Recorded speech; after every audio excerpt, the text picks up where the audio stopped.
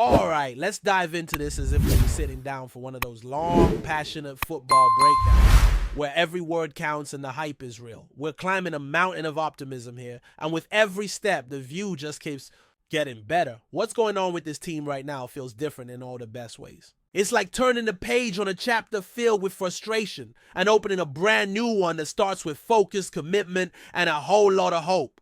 For the first time in a long time, we're not hearing about contract holdouts, locker, room tension, or drama behind the scenes. No one's ghosting training sessions or ducking questions. Everybody's showing up, and showing up with purpose. That's the kind of offseason you dream about as a fan, as a coach, as anyone who cares about this organization getting back to winning ways. You can feel it in the weight room, where the energy is electric. The players aren't just going through the motions. They're locked in, pushing each other, sweating it out like it's already game week. There's something powerful about that. When you've got your veterans present, when your rookies aren't just watching but engaging, when everyone is investing in each other, that's when you start to believe that this team might really be onto something. And look, it's not just about who's here physically, it's about the vibe. That word gets thrown around a lot. Vibes. But in football, where the margins between winning and losing are razor thin, the emotional tone of the locker room can be everything. Last year, there were whispers about bad energy, players not connecting, something just feeling off. And we saw the results on the field, a talented team that never quite looked like itself.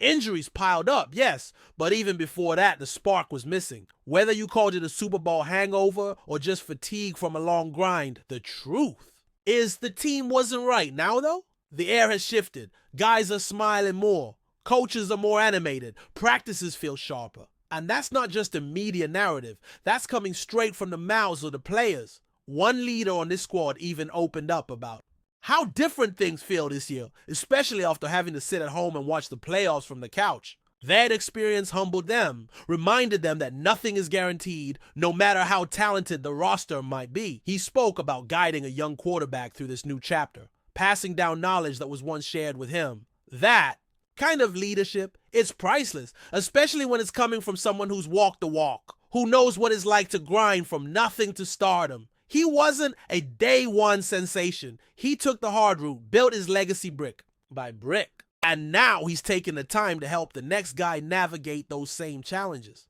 That's not something you can coach. That's character.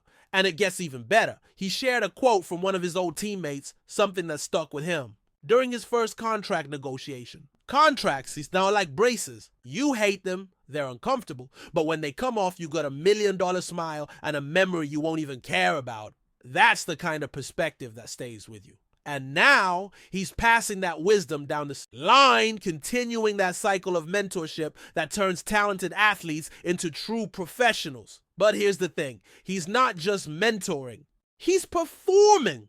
This guy's arguably the best in his position right now. And it's not just because of stats or highlight plays. It's the way he lifts up his teammates, the way he reacts when someone messes up. You throw a pick? He's the first to slap you on the back, tell you to shake it off. You miss a block? He's there to remind you of who you are and what you're capable of.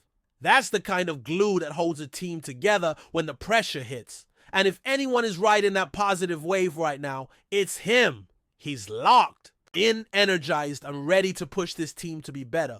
And you know what? That attitude is contagious. You can see it trickling through the roster, from the seasoned veterans down to the newest draft picks. Speaking of the draft, let's talk about it.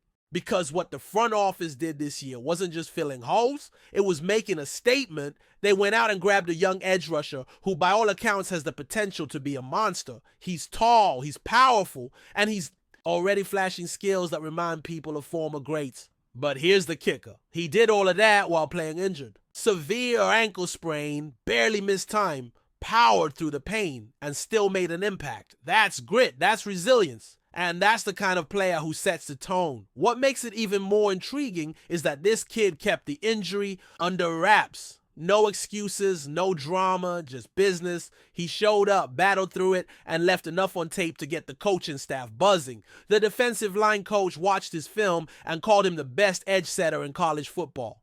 That's not hyperbole. That's the kind of high praise that tells you he's more than just potential. He's a weapon in the making. And the scouting process, oh, it was deliberate. The front office knew they needed help up front.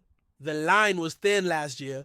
Too many patchwork solutions, not enough dominant playmakers, so they doubled down. After landing their guy, they kept reinforcing that front, bringing in another big body from Texas with insane reach and strength. We're talking 85-inch wingspan. That's elite. He's the kind of presence who makes offensive lines nervous, someone who can collapse the pocket or stuff a run before it even starts. Then, in the later rounds, they found a disruptor. From Indiana, someone who might not have the same hype, but has been a constant headache for backfields. When you combine these new faces with a fresh defensive coordinator ready to mix things up, you start seeing the blueprint. This isn't just a rebuild, it's a calculated reload, with the trenches finally getting the attention they've needed for years. Now, to be clear, this group still has to prove it. No one's crowning them champions in May. But for the first time in a while, there's a real sense that this defense might be building something special again. You can feel the confidence coming from inside the building. The staff believes in these picks. The players are already gelling. And the hunger? It's real. They even tried to move up in the draft to make sure they didn't miss on their top target. That tells you how serious they are. They weren't going to sit back and hope. They were aggressive. They saw a guy with top 5 potential who fell because of an injury, and they pounced. That kind of move, it screams conviction. And it's not just about him. It's about what that mindset represents. A willingness to invest, to trust their evaluations, to go get their guy. And look, we're not talking about just edge guys. The entire defensive front is getting a makeover. The unit needed it. Last year, depth was an issue. The rotation wasn't cutting it, and when injuries hit, the whole thing fell apart. This year, it looks like they've got bodies. They got size. They got upside. And with the right development, they've got a chance to be scary. Let's not gloss over the context either. The offensive line, it's average, and that's fine. They can get by without a total overhaul. But the defensive line, that was a glaring weakness. And it looks like the front office recognized that and made it their mission to fix it. They didn't just throw a few band-aids on it. They got serious. They brought in guys who can contribute now and grow into stars later. That's how you build something sustainable. And that's why I'm excited. Not because I think they're Super Bowl bound tomorrow. Not because I've got some crystal ball that says they're about to dominate the league, but because I see a plan. I see commitment. I see players buying in and leaders stepping up. And most of all, I see a team that's finally hunting again, not just hoping. When we talk about mindset shifts, this is what it looks like. Forget the glitz. Forget the hype videos. This is about doing the work in the dark, putting in the hours, and letting the results speak when the lights come on. That's what's happening right now. And if you've been paying attention, you can feel it too. We're just days away from rookie minicamp, just over a week from getting the full season schedule. And yeah, that's when it really starts to hit.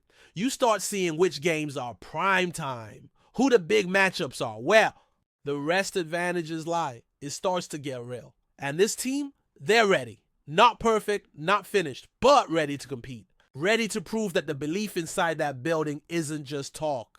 It's a new standard, and I'm here for it. And now, with all that momentum building, the question naturally becomes, what's next? That's where things get even more interesting. Because this isn't just about raw potential or exciting draft picks. It's about translating that excitement into actual results, into wins, into a return to relevance. And the key to that? It starts with mentality. The message coming out of the building is loud and clear.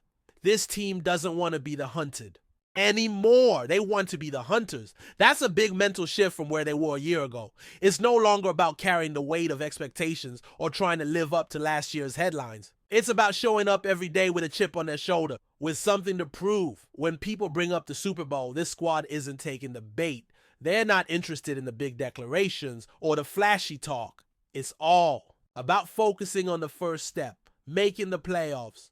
That's the mission. Lock down the division, handle the NFC West, and earn your way back into the postseason. You want to talk Super Bowl? Cool, but don't bring that up until this team punches their ticket back into the dance. That's how locked in they are right now.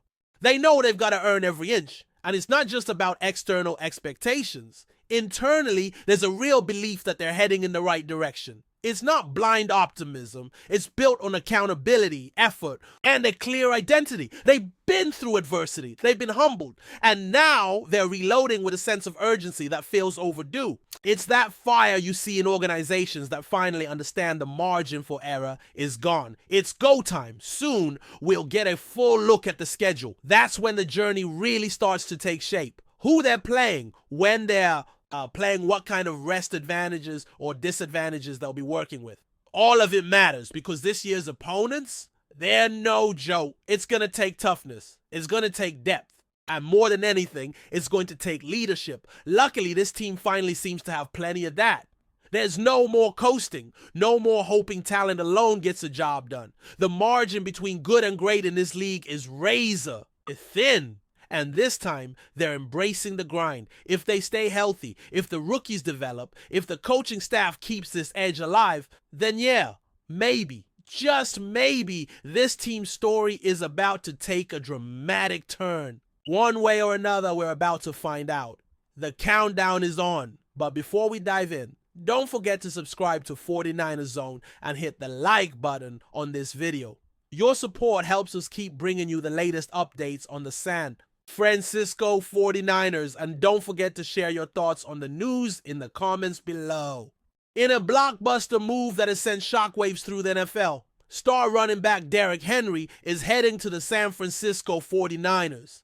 The acquisition of Henry marks a bold statement of intent from the 49ers, a team that has consistently flirted with Super Bowl glory in recent years but has struggled to get over the final hurdle. Known for his punishing running style and unmatched physicality, Henry brings a new dimension to Kyle Shanahan's already potent offensive unit. Henry, who spent his entire career with the Tennessee Titans until now, leaves behind a legacy of dominance. The 2020 NFL Offensive Player of the Year racked up over 9,000 rushing yards and 90 touchdowns during his tenure in Tennessee, often single-handedly carrying the offense with his bruising runs and remarkable endurance.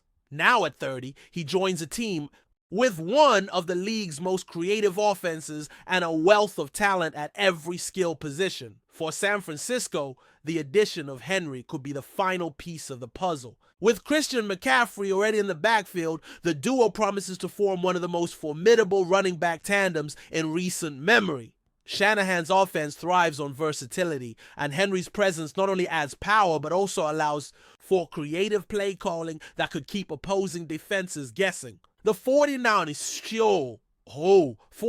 zone running scheme paired with Henry's downhill style could be a match made in football heaven. Fans and analysts alike are already speculating about how defenses will attempt to contain an offense that features Henry, McCaffrey, Deebo Samuel, George Kittle, and Brandon Ayuk, all under the leadership of rising star quarterback Brock Purdy. With a reinforced ground game and a potent aerial attack, the 49ers are positioning themselves as early Super Bowl favorites. While questions remain about Henry's workload and longevity, especially as he enters the latter stages of his career, there's no denying the impact he could have in San Francisco. If he stays healthy, Henry could be the X factor that pushes the 49ers over the top and finally brings the Lombardi Trophy back to the Bay Area. That's it for this update. If you enjoyed the video and want to keep receiving exclusive news about the San Francisco 49ers, make sure to subscribe to 49ers Zone and give this video a like. We always look forward to hearing your comments and opinions. See you in the next video.